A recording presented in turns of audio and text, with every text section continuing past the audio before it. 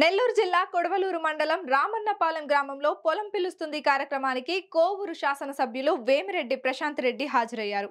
రాష్ట్రంలో రైతన్నలకు ముఖ్యమంత్రి చంద్రబాబు నాయుడు పెద్దపీట వేశారని ఎమ్మెల్యే తెలిపారు. నెల్లూరు జిల్లాలో వ్యవసాయానికి రైతులు 2 పంటలు పండించుకునే విధంగా కృషి చేస్తానన్నారు. రైతులు బాగుంటేనే రాష్ట్రం బాగుంటుందన్నారు. ఈ కార్యక్రమంలో వ్యవసాయ అధికారులు రైతులకు ఉపయోగపడే కలుపు యంత్రాలు, మందులు పిచికారీ చేసే యంత్రాలు, బయోకెమికల్స్ ఎప్పుడు అందుబాటులో ఉండే విధంగా సబ్సిడీ కింద ఇస్తామని తెలిపారు. ఎక్కువ పడదు కానీ ఒక బొట్టు మూత్రం బార్ దూరంలో ఉండే బ్యాక్టీరియాని కంట్రోల్ చేస్తుందండి. మనం 10 లీటర్లు 10 రోజులకు ఒకసారి పారిస్తే అసలు ఏరుకుళ్ళు కానీ అసలు అక్కడ గుడ్డు పెట్టేదానికి ఇష్టపడదు మేడం చిలక. ఎందుకంటే ఆ స్మెల్ కాడ నిలబడలేదు, ఏరే పొలంలోకి వెళ్ళిపోవాలి.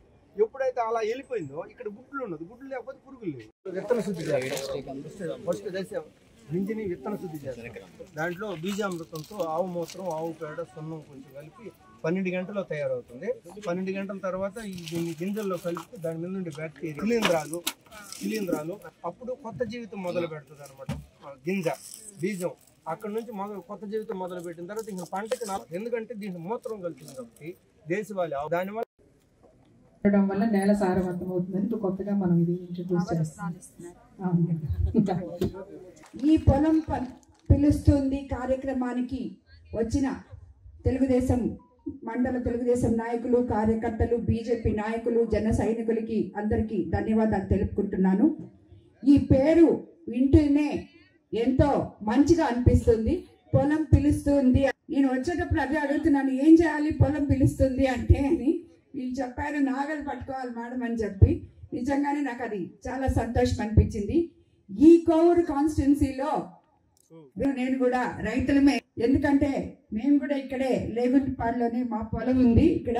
సో దానివల్ల మేము కూడా మీ తోటి రైతులము. ఈరోజు ఇక్కడ రామన్నపాలెంలో ఉన్న రైతులందరినీ ఈ కార్యక్రమంతో కలుసుకోవడం చాలా సంతోషంగా ఉంది. రైతు బాగుంటేనే రాష్ట్రం బాగుంటుంది అనే గొప్ప ఆశయం కలిగిన మన ముఖ్యమంత్రి గారు చంద్రబాబు నాయుడు గారు. దానివల్ల రైతులకి ఏ రకంగా లాభం జరుగుతుందో అన్ని రకాలుగా కూడా ఆయన ఆలోచించి రైతన్నలకు రాష్ట్రంలో పెద్దపీట వేస్తారు.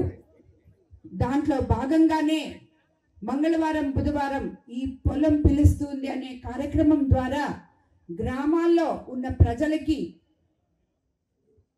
ఈ ఆర్గానిక్ అగ్రికల్చర్ గురించి కానీ, లేదు వ్యవసాయం గురించి, మిగతా అన్నిటి గురించి, దాంట్లో వచ్చే సబ్సిడీల గురించి, యాక్చువల్గా ఇక్కడికి మీకందరికీ ఈ పొలం పిలుస్తుంది అని చెప్పి మీకు ఎక్స్ప్లెయిన్ చేయడానికి వచ్చిన అగ్రికల్చర్ అధికారులకి ధన్యవాదాలు తెలుపుకుంటున్నాను. సారీ అమ్మా, వాళ్ళు వచ్చి మీకు ఇక్కడికి వచ్చి మీకు ప్రతి ఒక్క రైతుకి ఎక్స్ప్లెయిన్ చేసి దేంట్లో సబ్సిడీ ఉంది, ఏం తీసుకుంటే మీకు ఎంత ఇది వస్తుంది, ఏ పంట వేస్తే ఎంత లాభం వస్తుంది అని చెప్పి మీ దగ్గరకు వచ్చి మీ మీద శ్రద్ధ చూపించి వాళ్ళు మీకు ఎక్స్ప్లెయిన్ చేయడం అనేది చాలా మంచి కార్యక్రమం, చాలా గొప్ప కార్యక్రమం.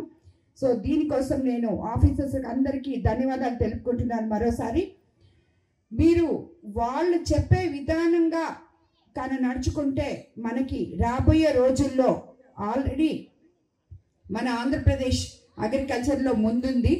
రాబోయే రోజుల్లో మనం ఇంకా ఉన్నత స్థాయికి పోగలమని చెప్పి నేను మీకు అందరికీ చెప్తున్నాను. అదేవిధంగా వ్యవసాయ రంగంలో ఆధునిక సాగు విధానాలకు సంబంధించి మీకు